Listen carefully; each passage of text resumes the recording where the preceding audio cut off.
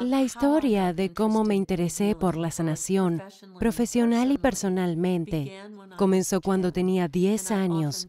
Y suelo contar esta historia porque realmente experimenté un terrible episodio psicótico y un trastorno obsesivo-compulsivo. Sin entrar en detalles, basta decir que podía ver cosas terribles que no estaban allí. Cosas como cazadores de cabezas con cerbatanas. Creía que iban a matar a mis padres y a mi hermano. Lo podía ver a medio formar, como si se manifestaran desde otra realidad. El TOC y su aspecto psicótico en realidad me hizo creer que yo era la única que podía impedir que se manifestaran. Cuando padeces TOC, realizas todo tipo de rituales. Lavarse las manos es uno muy típico. En mi caso, todo lo que leía tenía que estar al revés y de atrás hacia adelante. No podía hablar hasta que tenía todo claro en una lista mental. Fueron tiempos oscuros que ni siquiera alcanzo a describir. Vivía en un lugar oscuro. Tengo que tener cuidado, ni siquiera quiero recordarlo. Eso fue así durante 6 meses. Mis padres me llevaron a psiquiatras increíbles. Ninguno de ellos tenía nada que ofrecerme, porque esto ocurrió cuando yo tenía 10 años, es decir, hace 60 años. No había Klonopin, ni Prozac, ni terapia de conducta, nada que ofrecer. Y un día pensé, ¿qué pasaría si me sentara y rezara? No venía de un tipo de familia creyente. Tenía un padre agnóstico que era un místico por naturaleza y una madre que era, bueno, ambos eran judíos, pero mi madre era atea. Esto ocurre cuando pierdes a gran parte de tu familia en el Holocausto. A veces te haces la pregunta de si Dios es amor, si rezar funciona, si sanar es posible. ¿Por qué les ocurren cosas terribles a las personas? Pero hay un viejo dicho, no hay ateos en las trincheras, así que supuse que podía rezar y ver si algo pasaba. Y pasó. El terror fue sustituido por una paz que ni siquiera puedo describir. Hay una frase en la Biblia, la paz de Dios que sobrepasa todo entendimiento. Fue una sensación de amor profundo, ser reconocida, ser apoyada desde algún otro reino. Todo estuvo claro y supe cosas que no sabía en mi mente ordinaria. Y supe exactamente cómo sanar. Número 1, sabía que sanar era posible. Número 2, sabía exactamente cómo proceder, aunque no lo diré por el momento, es una larga historia. En 3 días, todas las pesadillas, todas las alucinaciones de los cazadores de cabezas, toda la necesidad de realizar rituales simplemente se esfumaron. Eso fue todo. Fui restablecida no tanto a mi estado normal, sino a un estado donde sabía que había múltiples reinos existenciales. Este era solo uno de ellos. Quedé fascinada con la naturaleza de la sanación y con la ciencia cerebral. Me encontraba en 5º grado. Estábamos estudiando el cerebro y tenía preguntas como, ¿cómo es que está sintonizada a una frecuencia con tu cerebro y luego algo ocurre? Y ves otras frecuencias. La sanación puede ocurrir. Los cazadores de cabezas también. Todo el rango de posibilidades humanas desplegadas. Cuando crecí me interesé más por la ciencia cerebral. Me interesé en la psicología, en los estados de la conciencia y particularmente en el estado de paz. Creo que todos estamos conducidos por el miedo, en parte porque es una necesidad para la supervivencia, pero pensé que había formas de alcanzar un estado de paz y que me gustaría aprender más sobre ello y ser capaz de volver a ese estado de paz para poder ayudar a otros a llegar a él. Así que eso fue básicamente lo que me situó en este camino. Seré muy breve con el resto de mi currículum. En la universidad hice un doble grado en biología y psicología, y siempre traté de escribir sobre la naturaleza de la conciencia. Y aposté por doctorarme en la Escuela de Medicina de Harvard, porque había gente trabajando allí, tanto en el campo de la conciencia como en el de la neurociencia con los que quería estudiar. Al final obtuve mi doctorado en la Escuela de Medicina de Harvard en el campo de la biología celular. Luego me convertí en bióloga de células cancerígenas. Trabajé por muchos años. Tenía un laboratorio en la Universidad de Medicina de Tufts y estudié las células cancerígenas, qué las hace cancerígenas y cómo podrían volverse normales nuevamente.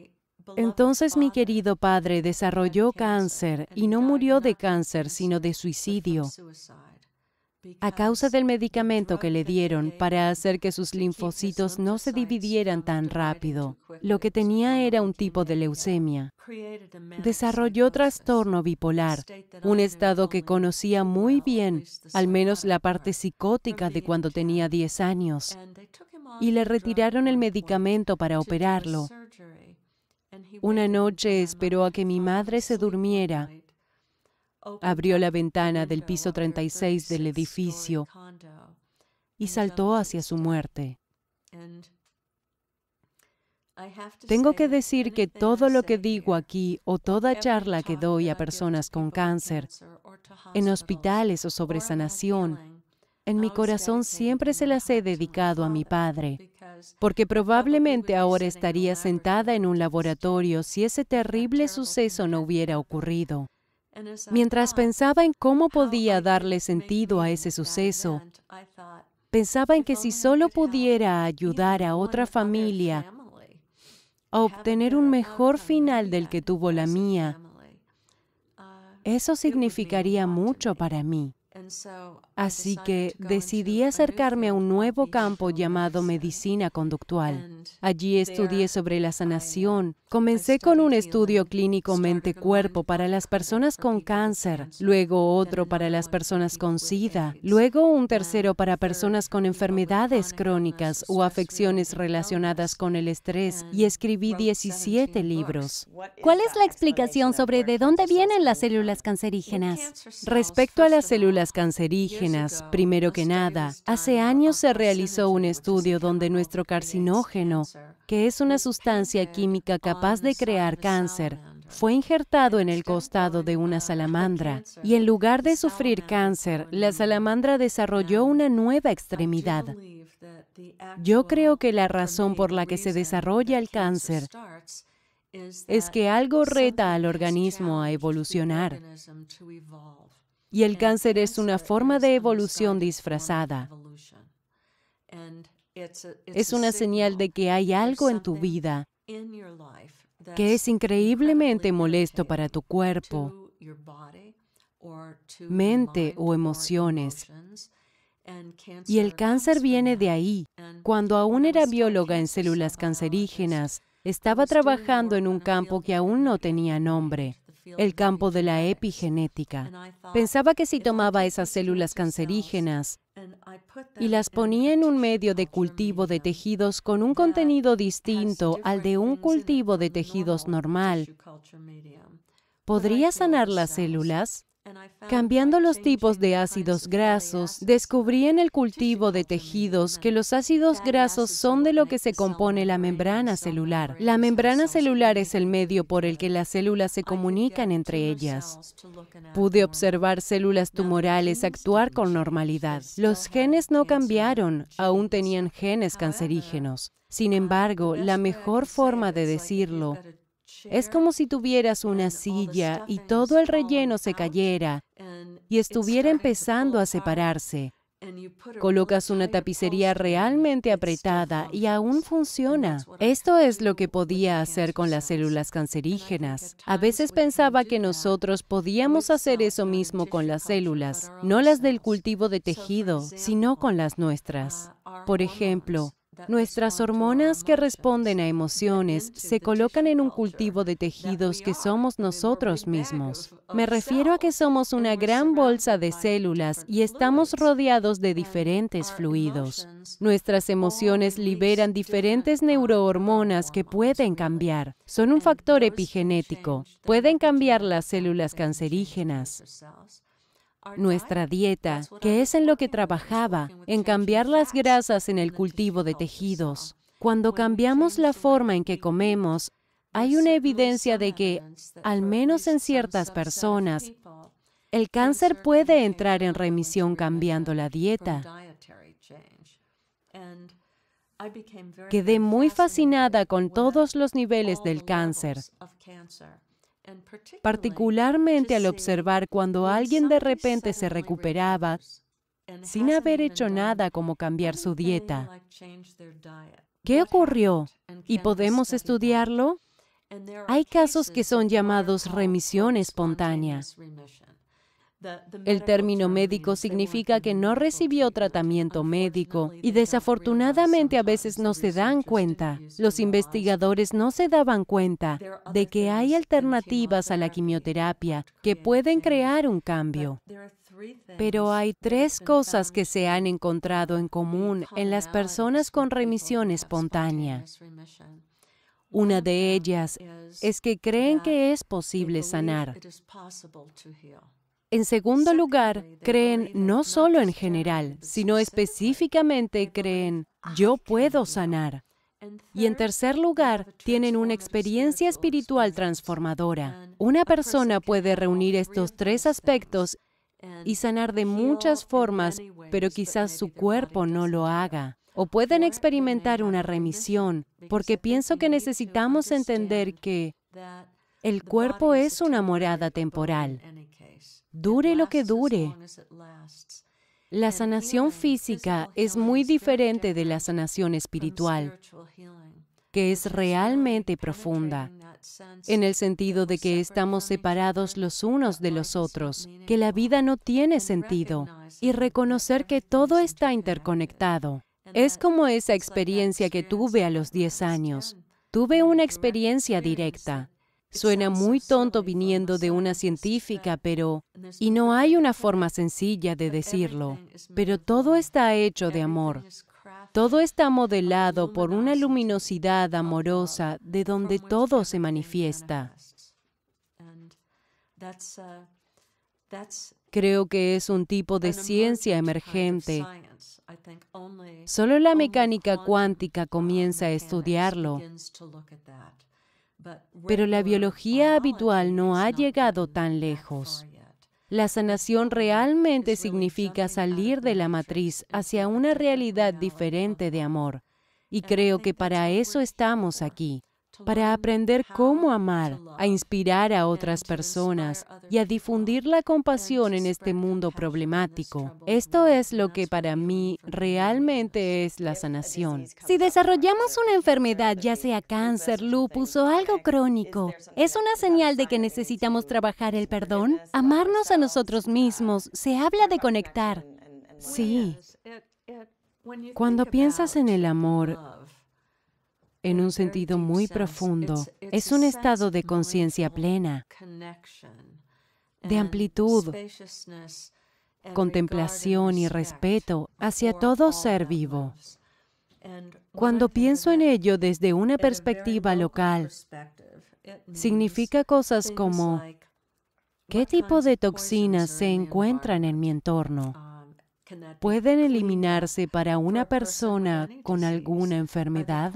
¿Hay toxinas que necesitan eliminarse de tu hogar? ¿Están en tu comida? ¿Realmente necesitas comenzar a consumir alimentos orgánicos? Y si comes carne, hacerlo de animales que tuvieron una buena vida, fueron respetados y también se alimentaron adecuadamente. Me encanta Michael Pollan, el escritor nutricional que dice, somos lo que come lo que comemos. Es totalmente cierto. Nuestra agua necesita ser pura, necesitamos limpiarla para nosotros mismos, para nuestras comunidades y para el mundo. Ese es un aspecto. Luego necesitamos limpiar nuestras propias emociones tóxicas. Un amigo budista me habló sobre los 5 kleshas. Siempre me hace reír, suena como una palabra yiddish, como, oye, tengo kleshas. Pero son cosas parecidas. Una de ellas es la misma en sánscrito, en hindú. Es la vidya, la ignorancia sobre el hecho de que todo está interconectado, que todos somos interdependientes, que nada surge por sí mismo. Ese es uno de los aspectos, y si piensas que estás separado y solo en esta vida, por supuesto que te afectará, te afligirá, te hará sentir solo. Y puedo decirte, desde mi perspectiva científica, que la soledad afecta negativamente a tu sistema inmune, al sistema cardiovascular. Esta ciencia del amor es increíble, lo que hace por nosotros, y lo opuesto es el sentimiento de soledad. Pero hay otros 4 tipos de emociones aflictivas. A lo que tienes que prestar atención es a tu propia vida emocional. Y todas las emociones al final resultan ser buenas porque te cuentan algo. Es muy bueno dejar aflorar una emoción, ver de qué se trata, ser curioso, ser consciente, estar presente y luego ser capaz de ver si me ha llevado a algún lugar al que me estoy aferrando, a un lamento o a un resentimiento. Luego tienes que poner manos a la obra y dejar ir esos lamentos y resentimientos, y así no serás vulnerable a aferrarte a esa emoción. Por ejemplo, cuando dirigí el estudio clínico mente-cuerpo, lo que averigüé fue que necesitamos volver a los lamentos y resentimientos.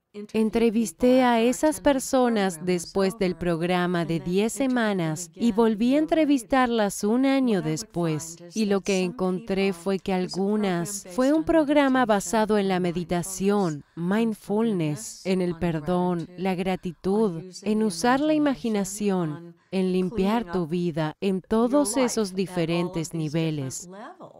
Cuando llamé de nuevo a esas personas, algunas de ellas no sanaron, no hubo un gran cambio. Casi siempre se aferraban a un lamento o resentimiento que los mantenía atascados. Debo decir que esa es una parte importante de sanar. No puedes sentirte conectado a algo cuando hay un bloqueo en algún punto del camino. Todas estas cosas son importantes. Y no puedes sanar si solo lo haces para ti. Sea lo que sea que hayas recibido, hay un flujo natural. Necesita fluir hacia otros. Necesita ser retribuido. En el proceso de sanación, a menudo encuentro que en las personas surge la necesidad de compartir lo que aprendieron, de retribuir, de proporcionar sanación a otras personas. Ya sea una emoción dolorosa o un dolor físico, realmente me encantaría entregar a las personas una herramienta de cómo manejarlo y verlo en una forma diferente para que no se resistan a ello. Oh, absolutamente. Es muy importante que las personas entiendan las cosas en un nivel de manifestación corporal. Todos hemos tenido una experiencia, lo entiendes intelectualmente, pero en realidad no lo tienes en tu cuerpo. Esa es la parte importante. Hay 2 partes en ello. Una de ellas es la práctica de mindfulness. Por ejemplo, yo solía tener migrañas terribles. Me daba migraña y comenzaba a vomitar. Quedaba parcialmente ciega. Me sentía muy enferma, increíblemente enferma. Antes no había medicamentos. Luego empeoré la enfermedad porque pensaba, oh, ¿qué está mal en mí? Todos tienen una vida, nunca sé cuándo estaré enferma, nunca sé cuándo estaré bien. Esto es algo terrible. Y comenzaba a llorar. Esto solo empeoraba el dolor. Luego aprendí acerca de mindfulness. Recuerdo aquel día, estaba sentada en mi laboratorio cuando aún era bióloga de células cancerígenas. Me dio una migraña e inmediatamente pensé, oh Dios, ¿quién va a recoger a los niños en la guardería? ¿Cuántos días durará? Finalmente dije, Joan, resistirte lo está empeorando. Tan solo atiende al dolor. Tenía un profundo dolor detrás de un ojo, pero en vez de juzgarlo como un dolor, mindfulness significa curiosidad. Y simplemente comencé a ser curiosa. No era un dolor estático, era intermitente. Venía por un lado, luego venía por otro. Es insoportable. Cruza el umbral del dolor. Hace todas estas cosas. Tan solo seguía respirando, y esa es la clave. Debes seguir respirando. La respiración tiene que ver con conectar. Sueltas la respiración en tu vientre, sueltas el aliento. Ser curioso, observar. Me di cuenta de que el dolor comenzaba a desaparecer y luego de 10 o 15 minutos de prestarle atención, la migraña comenzó a desaparecer. No estoy diciendo que el dolor siempre va a desaparecer. Lo que digo es que probablemente cambie y se reduzca un poco, y no habrás agregado una nueva capa de sufrimiento. En vez de eso, eres curioso, estás presente. Esa es una de las partes, la manifestación corporal. Si no se manifiesta, no lo crees. La otra parte trata sobre tu visión del mundo. Si consideras el dolor como un rito de transición, eso es muy diferente. Esto es un ejemplo. Una mujer joven con cáncer vino a mi clínica con una forma realmente agresiva de cáncer de senos y ella lo sabía. Y aún así había algo de esperanza en ella. Y me dijo, y cito exactamente, el día que recibí mi diagnóstico, murió quien yo era. Por supuesto, eso es lo que ocurre. Toda tu vida se desintegra en ese momento. Pero después continuó y dijo, pero aún no he renacido en quien me voy a convertir. Y esa es la clave. Inmediatamente supe que ella iba a hacerlo muy bien, porque tenía un sentido de continuidad, incluso en la forma en la que hablaba. Estaba contando una historia que me indicaba que aquella mujer esperaba vivir, y eso es muy importante. Lo que realmente estaba definiendo eran las 3 fases clásicas de un rito de transición. Eso es lo que todo chamán experimenta en su rito de transición antes de regresar con la habilidad de sanar. La capacidad de transitar detrás, entre y a través de diferentes mundos y ver los diferentes niveles cuánticos de las cosas y trabajar con la energía en un nivel donde realmente pueden ser sanadores. Todos ellos pasaron por una especie de muerte, normalmente una enfermedad muy seria de un tipo u otro. Toda buena película de Hollywood está basada en un rito de transición. Es lo que Joseph Campbell habló en El viaje del héroe. Primero tu mundo se desintegra, como le ocurrió a la joven mujer con cáncer. En segundo lugar, llegas a un punto entre ya no y aún no. Ya no eres quien eras y aún no eres lo que serás.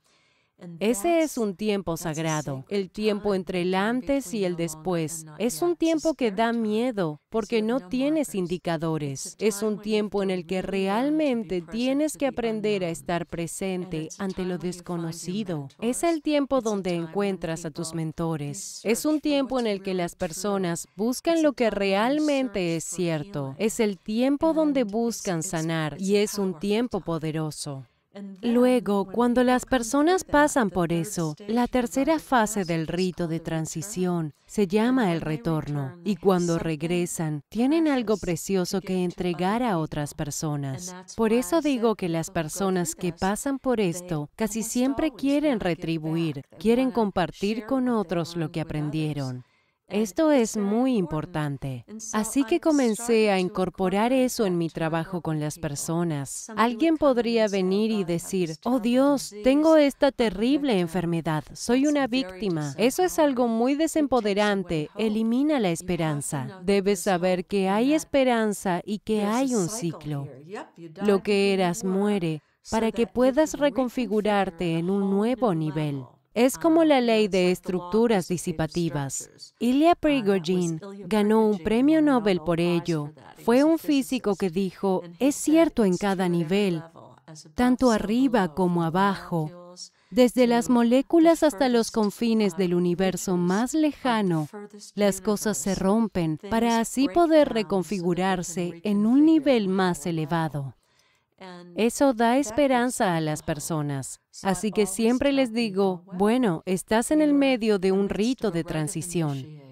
La sanación espiritual es una cosa y la sanación física otra. ¿Pero crees que el cuerpo humano es capaz de sanar de cualquier cosa?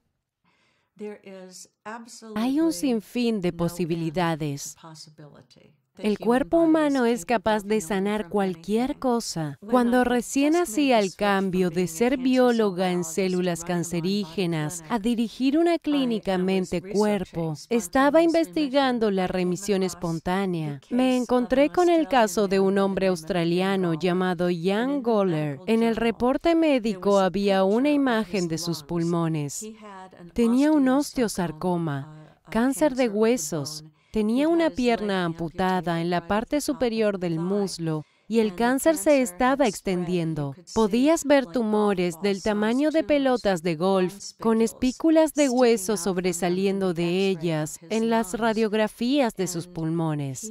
Y él creía que sanar era posible. Cuando su familia ya estaba lamentándose de que iba a morir, se casó con su enfermera. Era veterinario. Fue a ver a los sanadores en las Filipinas y ellos cambiaron su dieta. Lo amaron. El amor es una parte importante de ello. Lo amaron por completo. Le dieron todo tipo de lociones, pociones y energía sanadora. Y en realidad se recuperó. Tomó un largo tiempo, no fue inmediato. Le tomó varios años recuperarse. Pienso en él como el Bernie Siegel de Australia, dirigiendo un gran centro para personas con cáncer. Jan aún está vivo y haciendo un gran trabajo. Las probabilidades médicas de que eso ocurra eran un cero rotundo. Básicamente era un muerto viviente.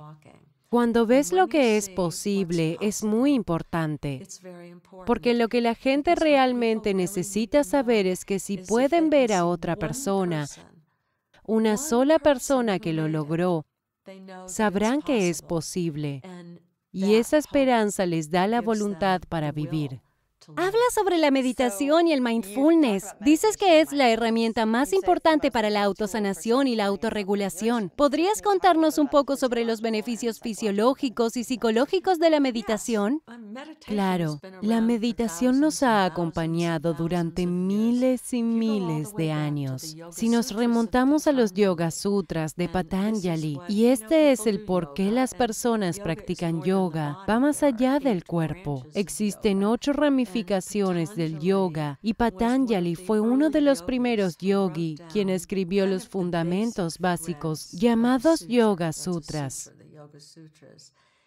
Y lo primero que dijo sobre el yoga es que calma las modificaciones de la mente, porque la mente parlotea todo el tiempo y normalmente nos dice cosas atemorizantes y limitantes. La mente es increíble cuando la usas como herramienta, pero no es tan buena cuando es ella quien toma las decisiones. Hay una parte profunda en ti más allá de la mente. Las personas tienen diferentes formas de referirse a ella, tu esencia natural, tu yo interior o tu yo espiritual. En cada cultura, en cada religión, tienen palabras para ello. Todos conocemos ese lugar, el momento en el que tienes una experiencia de asombro y maravilla. Tu mente está tranquila y literalmente te vuelves uno con la luz de las montañas, con la mirada de un recién nacido o lo que sea que te haya sobrecogido. Accedes a la misma parte de ti a la que accede la meditación y va más allá de tu cerebro tan agitado. Cuando esto sucede, ocurre la autorregulación del cuerpo.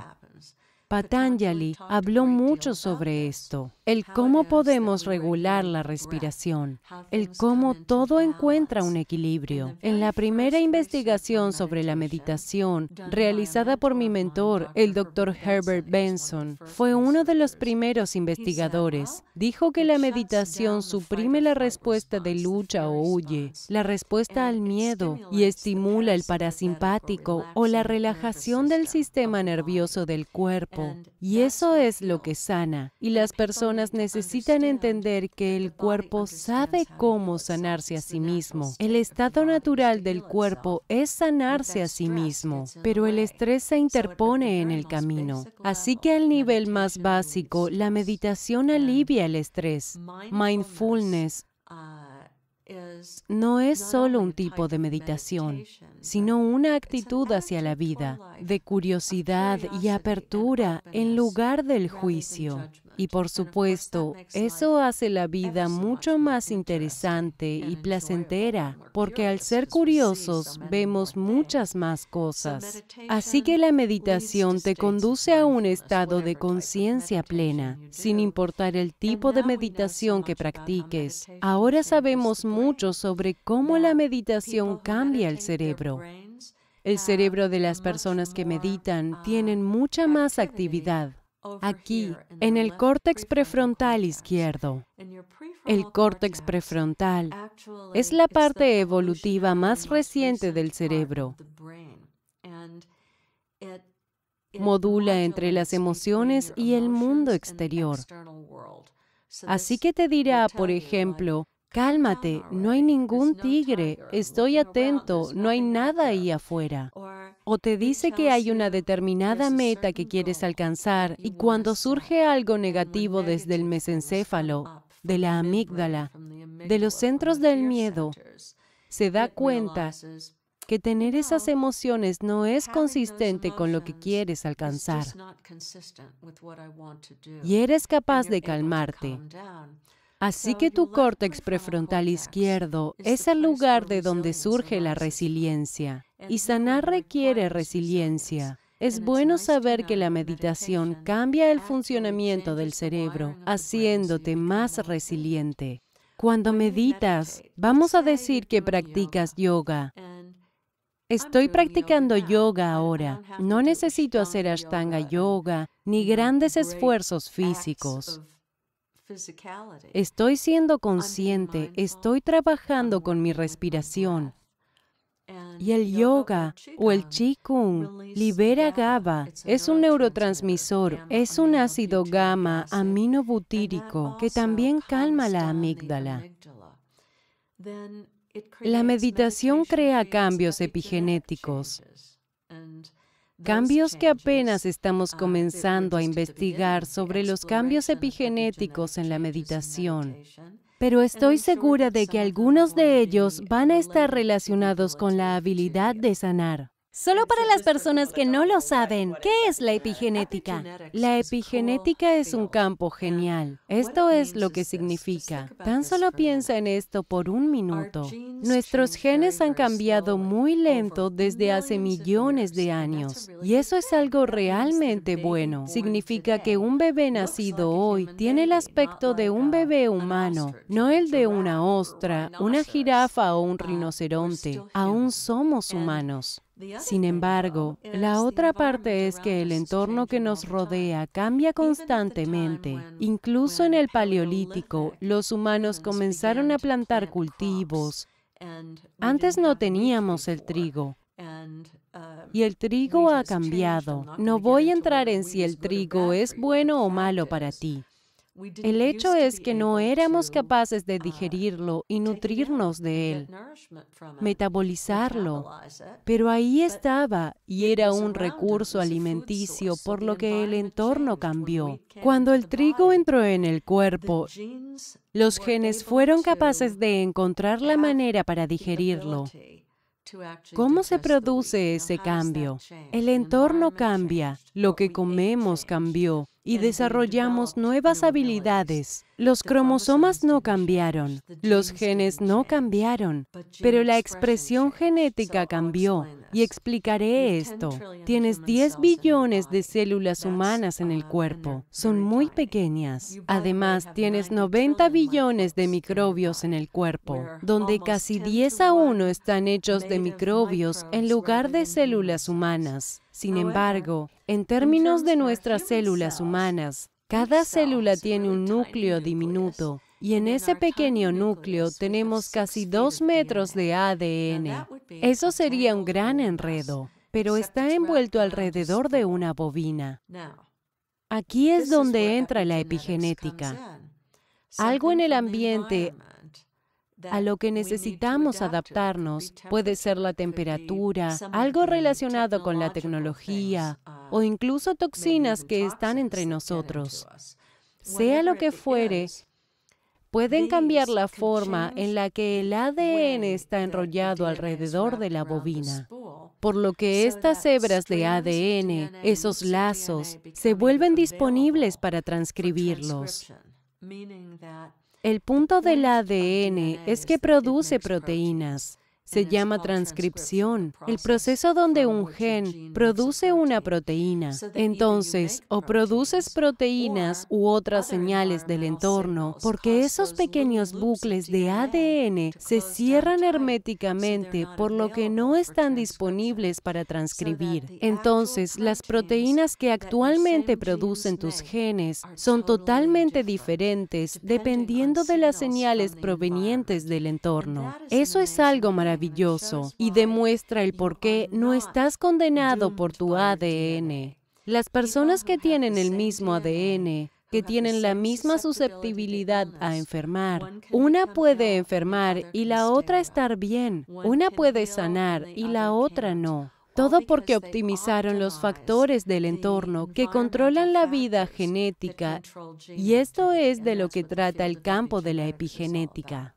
Dices que rara vez vemos las cosas por lo que son, que realmente vemos el reflejo de nuestro condicionamiento pasado. ¿Puedes explicar cómo ese condicionamiento crea nuestra realidad si no estás conforme con la misma? Las mujeres miran alrededor y dicen, quiero parecerme a ella, quiero ser alta y delgada. Si no eres alta y delgada, comienzas a contarte una historia sobre cómo no te gustas a ti mismo, sobre cómo tu cuerpo no es lo que debería ser. Mírame, yo soy baja, mido 1,5 metros y tengo un tipo de cuerpo más rubenesco.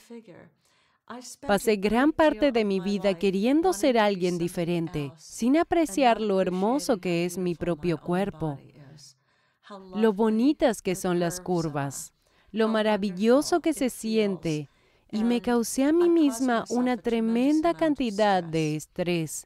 Y creo que muchas mujeres pueden hacer lo mismo. Voy a contarte algo respecto a ello. Tenemos que cambiar nuestra historia y encontrar la belleza en nosotros, o dentro de todas las cosas. Lo que es prejuicioso es crear una historia sobre personas diferentes a ti, donde de algún modo ellas son menos que tú, porque no puedes ver quiénes son.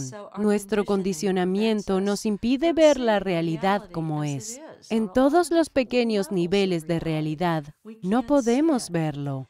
Había una mujer, su nombre era Edith, era enfermera y desarrolló ELA, esclerosis lateral amiotrófica. Es una enfermedad terrible. La mayoría de las veces genera una degeneración rápida, quedarte en una silla de ruedas, perder la capacidad de hablar, de comer y finalmente la muerte. Edith estaba en una silla de ruedas. Ella cuenta esta historia en público todo el tiempo. Estaba decayendo rápidamente y se le ocurrió que la forma en la que odiaba a su cuerpo le había generado mucho estrés y que quizás podía encontrar algo en ella que le gustara y convertir eso en una costumbre. Olvidé qué parte del cuerpo exactamente encontró Edith, pero yo comencé a hacer lo mismo. Me miraba en el espejo y en lugar de encontrar defectos, me decía a mí misma, tienes unos ojos preciosos, Joan. Simplemente le daba amor a mis ojos. Edith hizo este tipo de cosas, se miraba cada día en el espejo y encontraba algo de ella misma que le gustaba, hasta que finalmente amó su cuerpo. También trabajó en otros aspectos, pero Edith se recuperó de Lela hace 20 años y ahora es oradora inspiracional. La ELA es algo que... ¿Cómo es posible que puedas recuperarte de eso? Tu mente está despejada, pero tu cuerpo... Eres prisionero de tu propio cuerpo, entonces... ¡Wow! Gracias por compartirlo. Leí en tu libro que la palabra o carácter chino para crisis combina peligro y oportunidad. Me encanta usar esto como una metáfora para la enfermedad, por el miedo y el peligro de una muerte inminente. Pero también es una oportunidad. El fundador de la psicología americana, William James, escribió un buen libro llamado Las variedades de la experiencia religiosa. Se publicó en el año 1904 y si observas el capítulo de mentalidad saludable, se refiere a lo mismo que nosotros llamamos medicina integradora.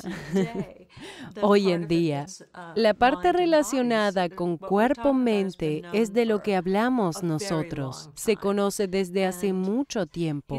Él dijo que las personas crecen, hacen crecer sus corazones y sus mentes de dos formas. Una de ellas es gradual por lisis. Te vuelves un poco mayor y te das cuenta de que lo que te preocupaba cuando eras joven no es tan importante. Tu perspectiva cambia y creces. La otra forma es a través de una crisis. Las personas crecen a través de la crisis y eso es algo muy cierto. Si le preguntas a personas sabias cómo maduraron, cuáles fueron los eventos más transformadores en sus vidas, normalmente la mayoría te contará una historia sobre padecer una grave enfermedad, o Dios no lo quiera, haber perdido un hijo, o haberse divorciado y darse cuenta de que, espera un momento, necesito entender quién soy antes de emparejarme otra vez con alguien. Sea lo que sea, es algo que rompe el patrón, rompe la Matrix. Sea cual sea la dificultad, el peligro y la circunstancia, te destroza la vida. Por lo tanto, destruye todas las historias que te contabas a ti misma y la forma en la que mantenías tu realidad unida. Cuando se hace añicos, existe la posibilidad de expandirse y tener un punto de vista diferente, y esa es la oportunidad. Ahora hacemos esto a través de, en parte, un nuevo campo llamado medicina narrativa. Actualmente existe un máster en la Universidad de Columbia en Nueva York para profesionales de la salud en medicina narrativa. ¿Cuál es la historia? ¿Cuál es el marco de la misma? ¿Cómo aprendemos a cambiar nuestra historia? Porque eso es todo. Voy a escoger algo como el perdón. Alguien, Dios no lo quiera, te hizo algo terrible. Por ejemplo, te violaron. Eso es terrible. Es un peligro terrible. Siempre que recuerdes lo horrible que es, primero tienes que llorarlo.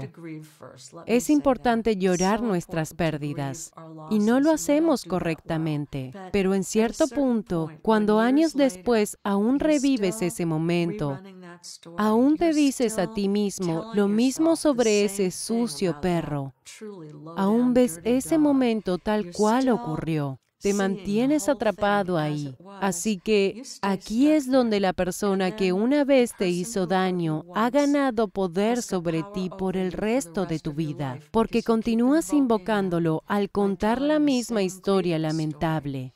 Se hizo un estudio muy interesante de mujeres que tenían esposos abusivos emocionalmente, pero finalmente fueron capaces de asumirlo y dejar sus matrimonios. Las mujeres que habían estado fuera de una situación de abuso durante al menos un año fueron incluidas en el estudio. Fueron asignadas en uno de dos grupos. Un grupo era de entrenamiento de asertividad y control de la ira, para que no volvieran a permitir otra persona abusiva en sus vidas. El otro grupo era entrenamiento del perdón. El perdón en este estudio trataba sobre cambiar tu historia, una narrativa diferente. Así que en lugar de revivir todo el daño que ese abusador te hizo, comienzas a decirte, ¿cuáles son los beneficios? ¿Qué he aprendido?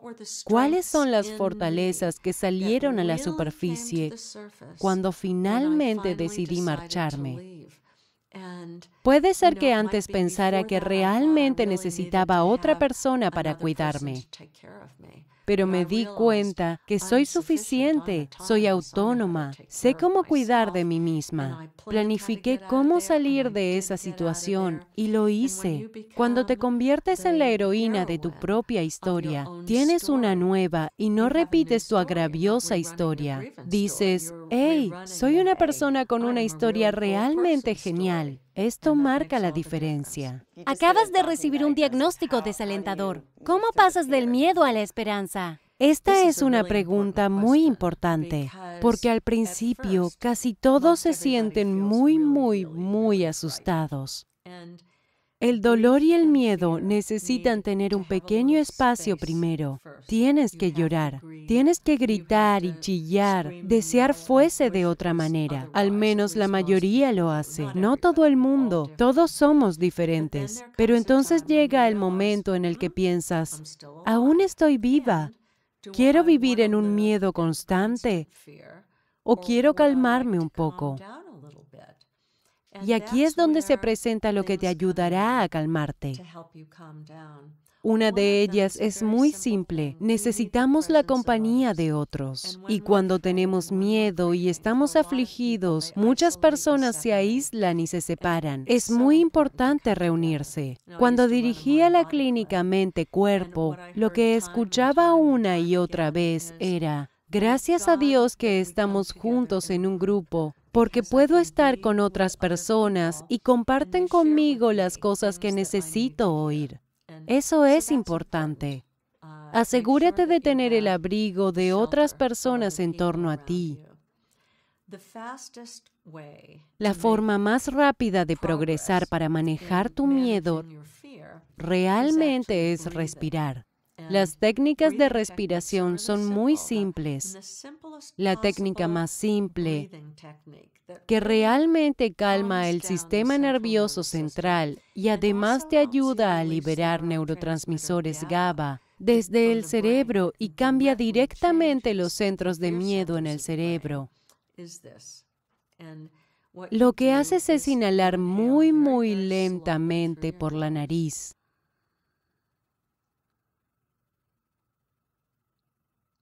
Luego frunces los labios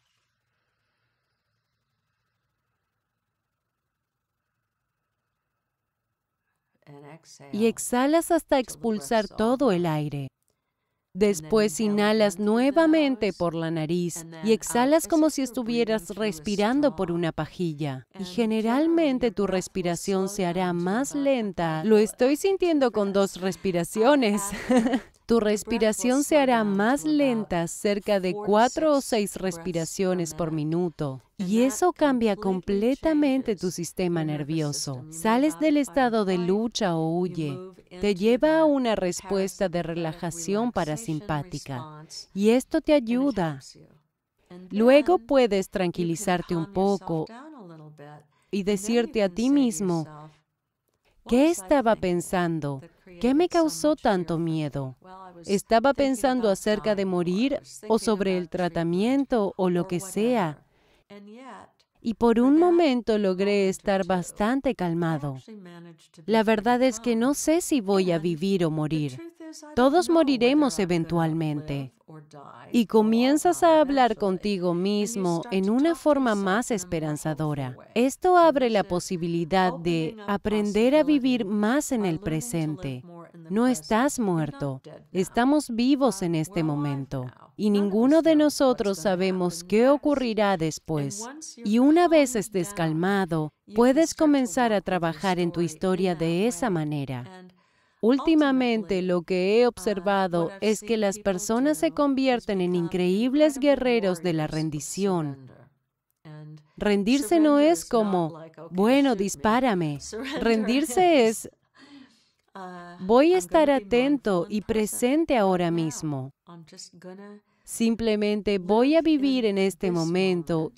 Y si estoy asustado, lo suficientemente abierto para decir, sí, ahora mismo estoy asustado. Y está bien tener miedo. Solo voy a respirar, estar asustado, ser consciente del miedo y ese miedo se irá. Solo comienzas a estar más balanceado emocionalmente, sin importar lo que la vida te traiga. Para muchos de nosotros, y por supuesto yo incluida, a todos nos gusta ser felices. Pensamos que somos equilibrados, bendecidos, felices, pero entonces ocurre algo malo que te desanima.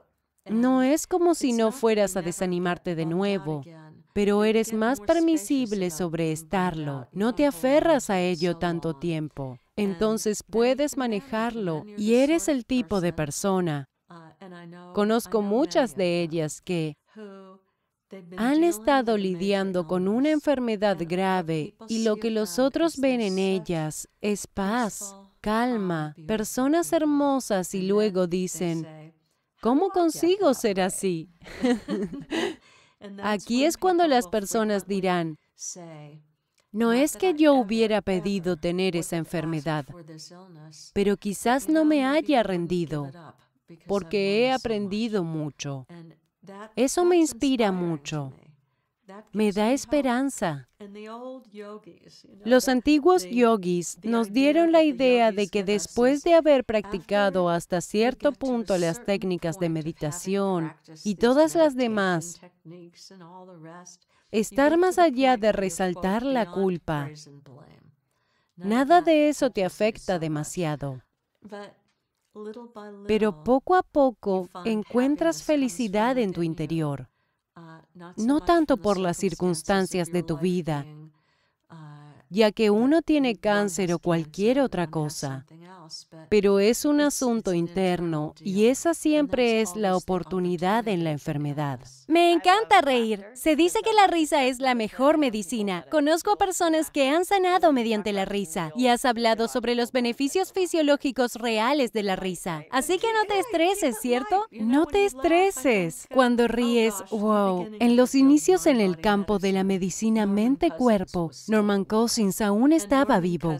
Él tenía espondiloartritis anquilosante, una artritis muy seria sobre la que los doctores decían, ¿en qué postura quieres quedarte paralizado? Es como oxidarse en el lugar. Se desconectó con películas divertidas, alquiló una habitación de hotel, invitó a amigos y por unas 3 semanas rió y rió, escuchó, vio y oyó bromas y vio películas. Y al final, su artritis se detuvo, porque hay toda una ciencia en la risa. Liberas todo tipo de neurohormonas buenas con la risa. Además, no te sientes mal por ti mismo. Interrumpe la narrativa de, oh, pobre de mí. Tengo una buena amiga, la humorista Loretta LaRoche. Es muy buena. Ha realizado 8 especiales de la PBS. Enseña psicología positiva en Harvard. En uno de sus libros tiene epitafios de los que son escritos en las tumbas. Y siempre que estoy ocupada y comienzo a sentirme mal, digo, la lista de tareas pendientes es tan larga, nunca voy a terminarlas. Pienso en el epitafio que Loretta mencionó. Terminé todas mis tareas, morí igualmente. Simplemente suelto una carcajada y me digo, supongo que no voy a terminarlas. En lugar de ello, salgo a dar un paseo. Esto rompe el trance. Sanar tiene mucho que ver con romper el trance y a abrirse a algo más elevado en todos los niveles de la vida. Una relación profunda, una profunda sensación de comunión contigo mismo, con otros. Y por supuesto, con todos los niveles de la realidad. Esa es la bendición en algo que da mucho miedo. Me encanta. He mencionado algunos estudios donde lo que creen las personas, el efecto placebo, es más eficaz que el efecto de los medicamentos. ¿Puedes mencionar algunos casos o hablar sobre ello? Sí, se hizo un estudio bastante famoso hace muchos años. Ahora tienes que pasar por estudios humanos para realizar un estudio. Pero lo que hicieron fue reclutar mujeres con náuseas matutinas.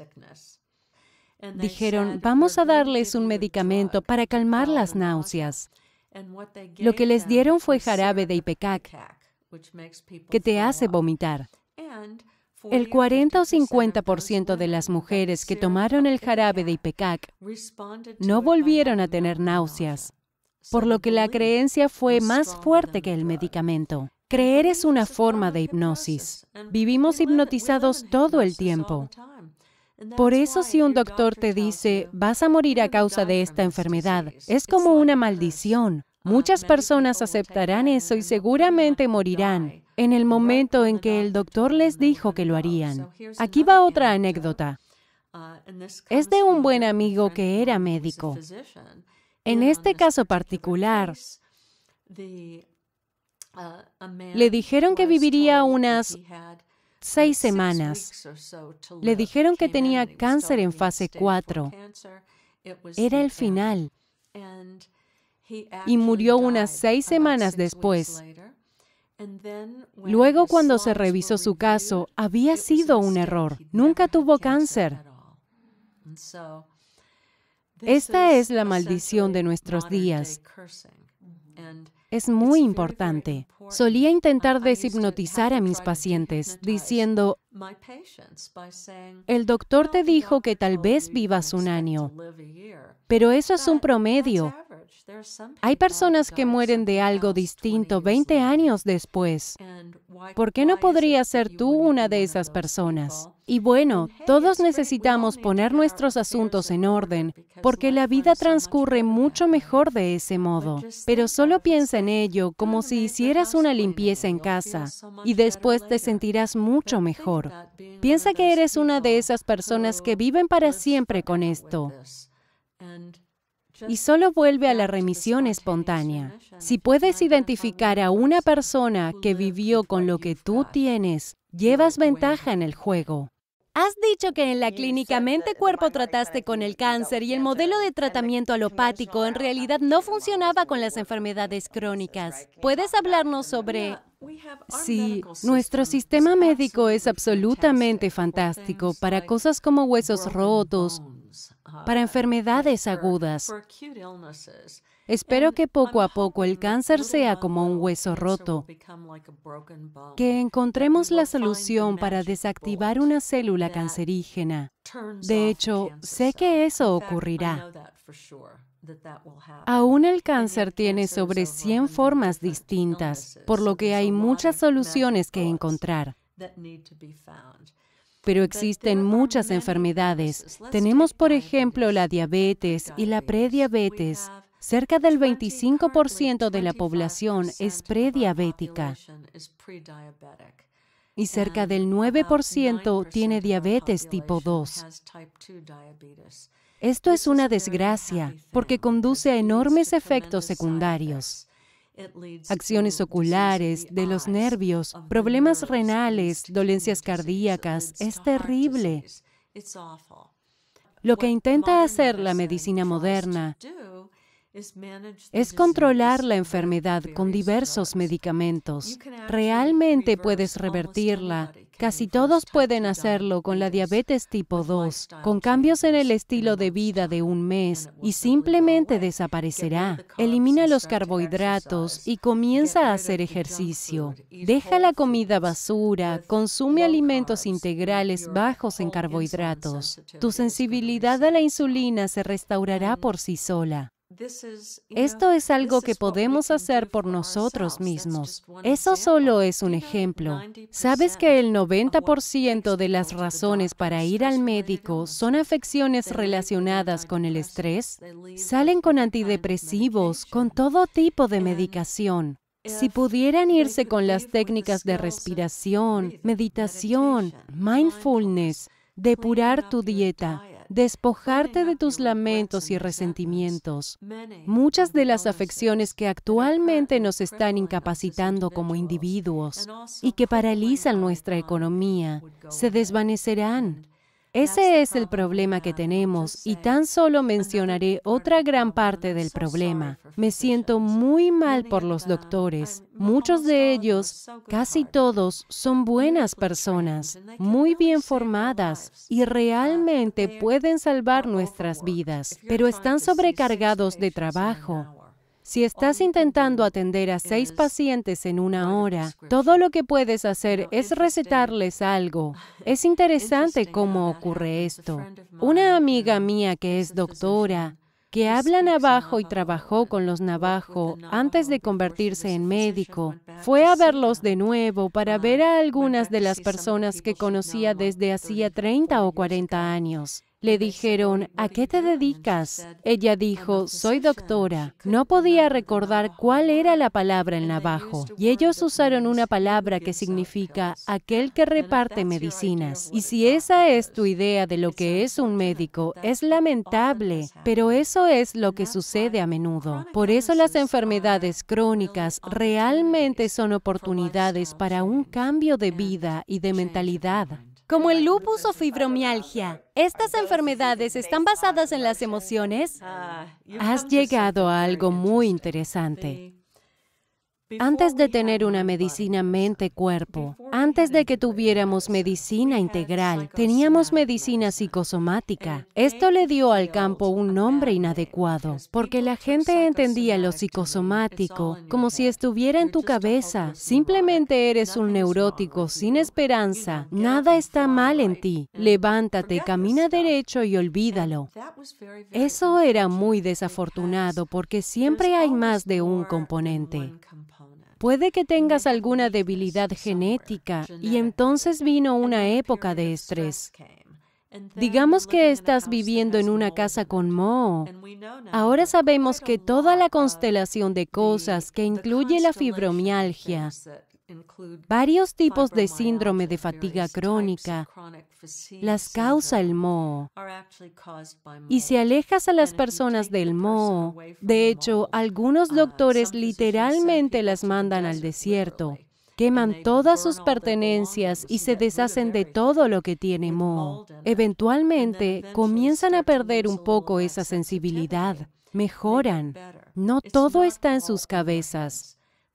Todo pudo precipitarse a causa del estrés, por algo en la dieta, por un factor ambiental.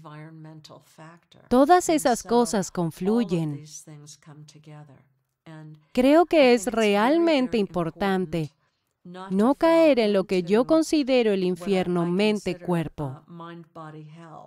Hay personas que dicen, estoy enfermo, debe ser por mi culpa. Y esa es la prueba de que no soy tan bueno como debería. Eso es ridículo. Todos conocemos a personas que tienen una larga vida, tienen una dieta pésima, malos pensamientos y están estresados. Y a los 103 años aún hacen miserable a la gente que los rodea. Y todos conocemos a personas que son muy felices, no acumulan estrés, tienen 35 años y padecen un lupus terrible.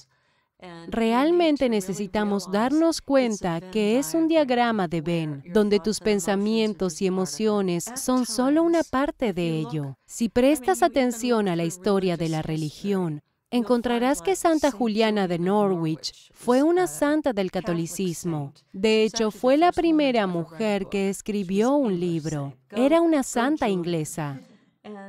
Tenía una enfermedad terrible y sentía que era su destino porque la enfermedad realmente la abrió a tener una comunión profunda con lo divino. Y estaba muy feliz de tener eso como compensación. Vemos tan poco. Puedo decirte esto. Esta existencia local que tenemos es diminuta. Hay razones por las que nuestra mente no puede ver ni comprender. Mi querido amigo Larry Dossey habla sobre 3 eras de entendimiento en medicina.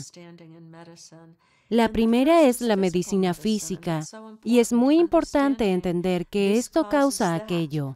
Si fumas, esto puede causarte cáncer. Entender lo que llamamos ideología, ¿qué conduce a qué en la enfermedad? La segunda era de la medicina es la medicina mente-cuerpo, el entendimiento de que tu mente marca una diferencia. Pero la tercera era de la medicina, que tan solo acaba de comenzar, es esta. Sé que mi mente afecta a mi cuerpo, pero en la tercera era de la medicina, tu mentalidad puede afectar a mi cuerpo, o cosas que están a una gran distancia o que ni siquiera están en este universo. Miremos la teoría de cuerdas.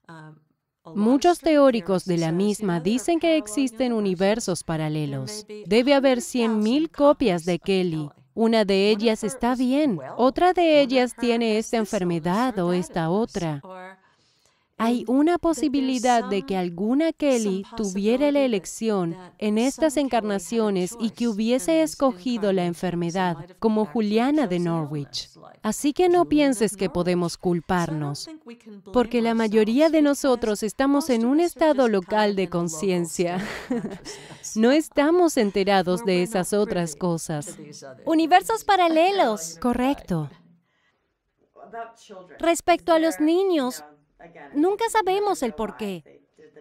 ¿Escogieron los niños venir a este mundo con esa historia o experiencia? Si hay algo en el entorno, algo en el útero. Cierto. ¿Cómo podemos ayudar a los padres a ayudar a sus hijos? ¿Cómo podemos decirle a un niño lo que puede hacer por él mismo? Hay algo que... Te contaré una historia. Cuando mi hijo menor, André, tenía 6 años, desarrolló una gran verruga plantar en el pie. Iba cojeando por todas partes. Por supuesto, el doctor quería remover quirúrgicamente la verruga. La cirugía es traumática para los niños. Puede sufrir un TEPT por los procedimientos médicos siendo un niño.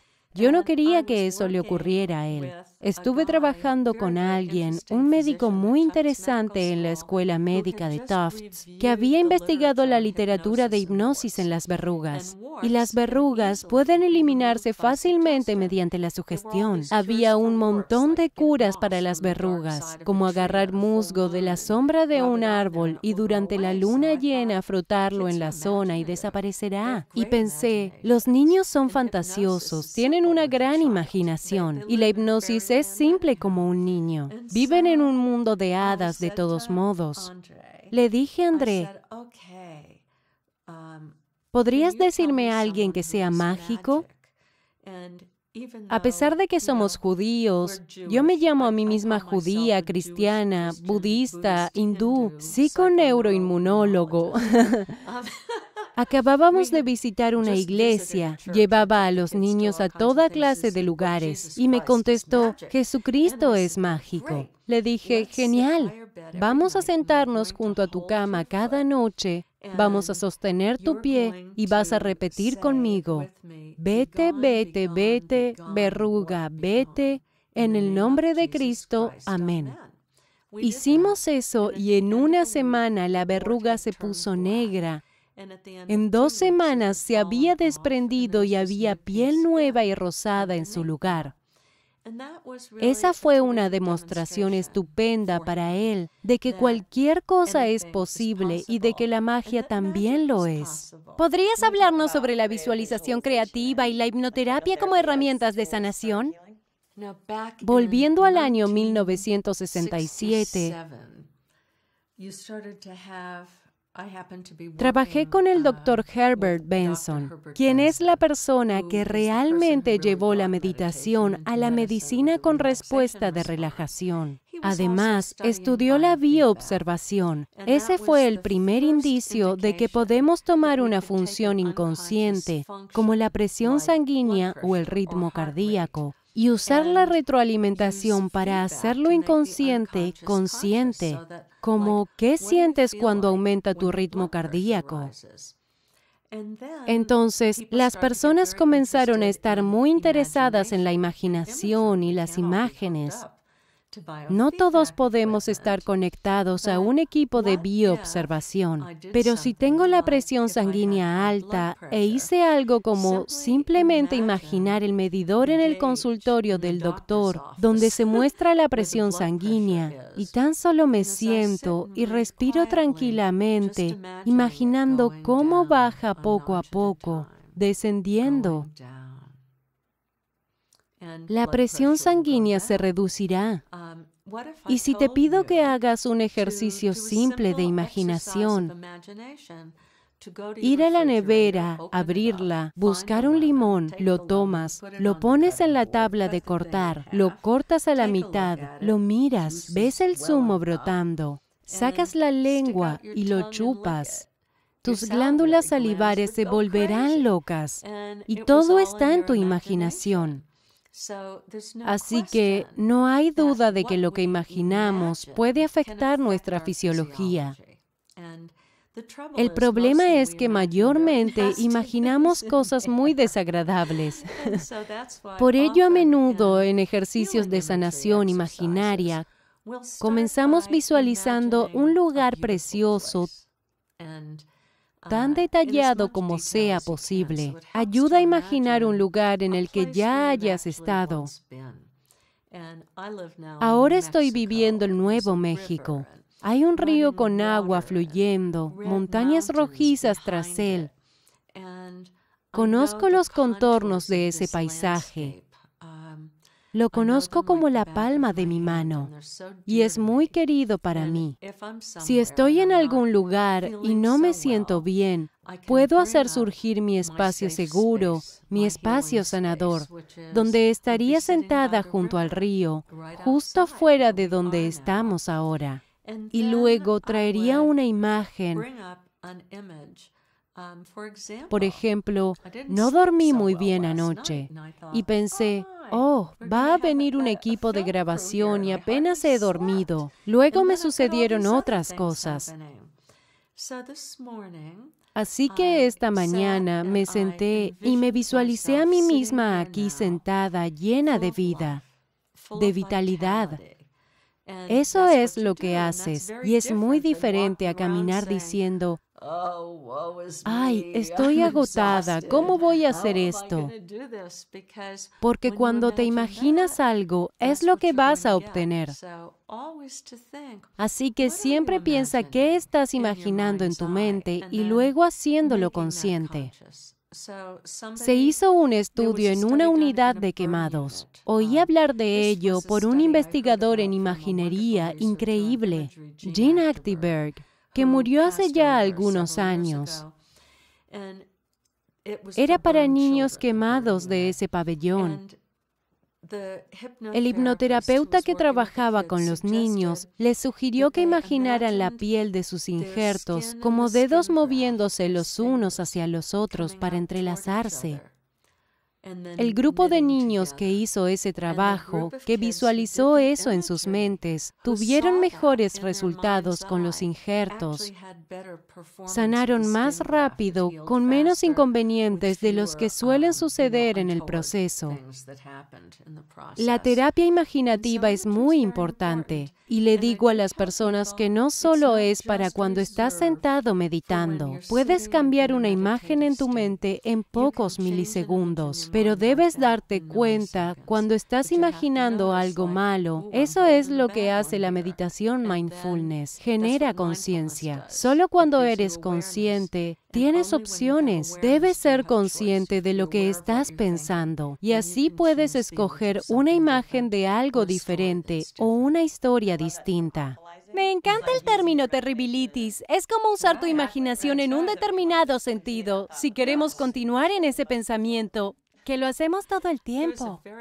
Hay un psicólogo genial llamado Albert Ellis. Decía las cosas de forma muy franca y linda. Decía que si comenzabas a hablar de lo mal que estaban las cosas, te decía, estás terribilizando. O si realmente te imaginabas lo peor, te diría, estás catastrofizando. El solo tener esas palabras ayuda mucho a las personas. Cuando te das cuenta que has caído en un remolino de negatividad, puedes decir, solo estoy terribilizando. Es normal, las personas terribilizan. Luego puedes decir, voy a tomar una respiración o dos, limpiar tus pensamientos y pensar en algo bueno. Con esto no quiero decir que debas ignorar todas las cosas malas en el mundo, porque de todas formas tienes que apartarte del camino si ves venir a un vehículo. Cosas de esa naturaleza. Hablas de replantear los ataques como una necesidad de amor, que el ataque de otro es un grito de ayuda. ¿Podemos hacer lo mismo con tumores y enfermedades? Como un niño cuando se raspa la rodilla y la madre la limpia con cariño. Absolutamente. Ciertamente puedes enviar amor a las partes de tu cuerpo que las necesita. Es algo muy importante. Hay un tipo de meditación antigua llamada meditación de la órbita del microcosmos, que implica sonreír a tus órganos internos. Si nunca antes le habías sonreído a tu hígado, es todo un proceso. Creo que es muy importante sonreírle a todo tu cuerpo. Sonreírle a toda la salud en tu cuerpo. Ver a los tumores encogerse, porque sea lo que fuera, intentaba sanarse y puedes sanar de alguna forma con tu amor. ¿Nos darías un mensaje para llevar sobre la sanación? El gran aporte sobre la sanación es que todo es posible. La esperanza es tu mayor aliada. Y cuando te amas a ti mismo, cuando lo haces realmente y reconoces que eres un ser mágico, cuando sanas tu pasado y te deshaces de todo lo que te molesta, encontrarás que la sanación ocurre y se siente maravilloso, como si fueras tan ligero como una pluma.